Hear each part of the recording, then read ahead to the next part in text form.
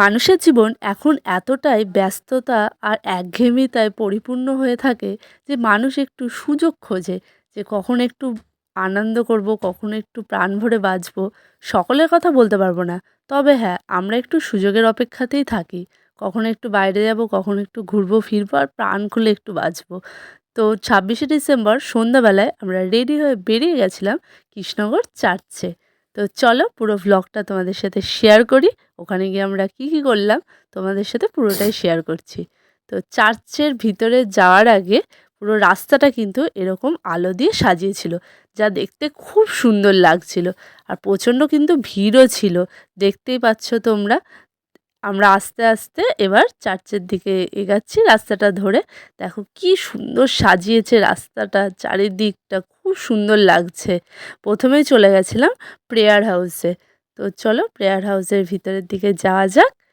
Prayer হাউসটা লাইটে এত সুন্দর লাগছে, ভীষণ ভালো লাগছে বিভিন্ন লাইটের শোটা। আর এইদিকে দেখো কয়েকজন মিলে গ্রুপ করে বেশ ডান্স পারফর্ম করছিল, তো সেটাও আমরা একটু দেখে নিলাম।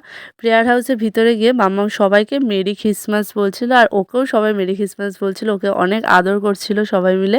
আর ও কিন্তু পুরো ব্যাপারটা ভীষণ এনজয় করছিল। দেখো প্রেয়ার হাউসের ভিতরে কত ভিড়। এখানে এসে কিন্তু মনে একটা আলাদাই শান্তি পাওয়া যায়। মনটা একদম শান্ত হয়ে গেল।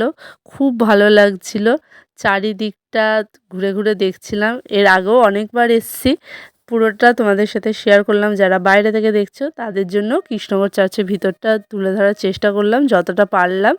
তো এবার আমরা যাব কৃষ্ণনগর চার্চের আর একটা পোর্শনে। তো চলো সেদিকেই আমরা এবার যাই।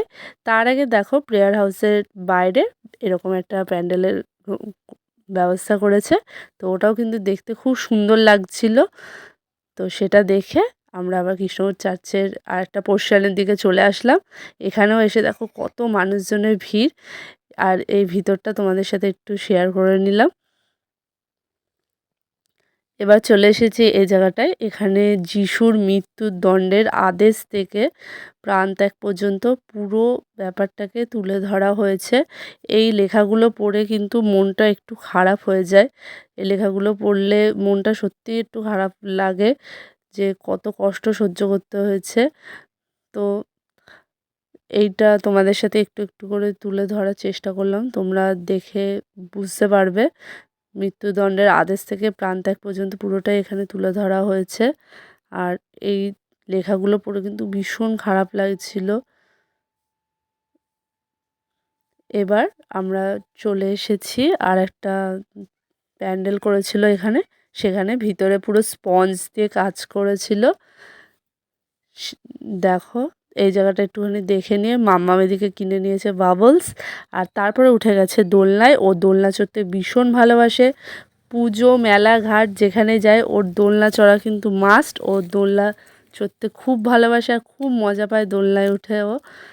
ও দোলনা চড়ছে আর আমি একটু ভিডিও করছি, ও আবার আমাদের দিকে তাকাচ্ছিল একটু একটু করে। তো এবার আর একটা প্যান্ডেলের দিকে যাওয়ার পালা, পৃথ্বীরাজ। তো এখানে এসে একটুখানি ভিডিও করে নিলাম। আর মাম্মামকে নিয়ে আবার একটু মেলাটা ঘুরে নিচ্ছি। এদিকে মাম্মা আবার নিয়ে নিয়েছে একটা হাওয়াই মিঠাই, আর আমরা নিয়ে নিয়েছি ঘুগনি।